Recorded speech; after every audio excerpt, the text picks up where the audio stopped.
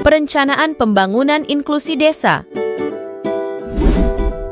Materi ini bertujuan untuk mengajak pegiat desa untuk lebih aktif dalam berpartisipasi mengawal perencanaan pembangunan inklusif di desa.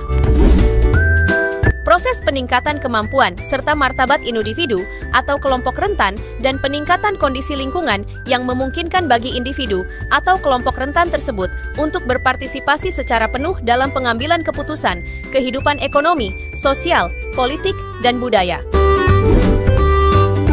Mengapa inklusi sosial penting diwujudkan? Inklusi sosial merupakan mandat amanat Undang-Undang Desa, Pasal 24. Melalui konsep dan asas tersebut, Undang-Undang Desa menegaskan komitmen negara dalam menggerakkan pembangunan dan pemberdayaan desa secara utuh. Apa yang dimaksud perencanaan pembangunan inklusif? Perencanaan pembangunan inklusif ialah perencanaan pembangunan yang telah memuat agenda-agenda pembangunan yang mengarah pada 3 hal berikut. Langkah-langkah menuju perencanaan pembangunan inklusif, memetakan inklusivitas desa, menyusun agenda prioritas agenda inklusi, integrasi agenda inklusi ke dalam perencanaan pembangunan desa. Langkah 1. Pemetaan inklusivitas desa. Pemetaan inklusivitas desa ditujukan untuk mendapatkan informasi mengenai kondisi dan keberadaan individu dan atau kelompok rentan di desa. Pemetaan inklusivitas dapat dilakukan dengan mengkombinasikan 2 pendekatan. Ada 4 output pemetaan inklusivitas desa.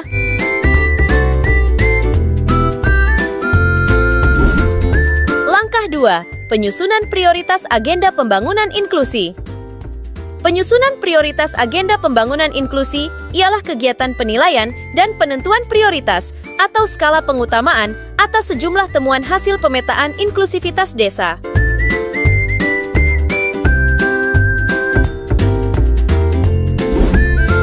Output penyusunan prioritas.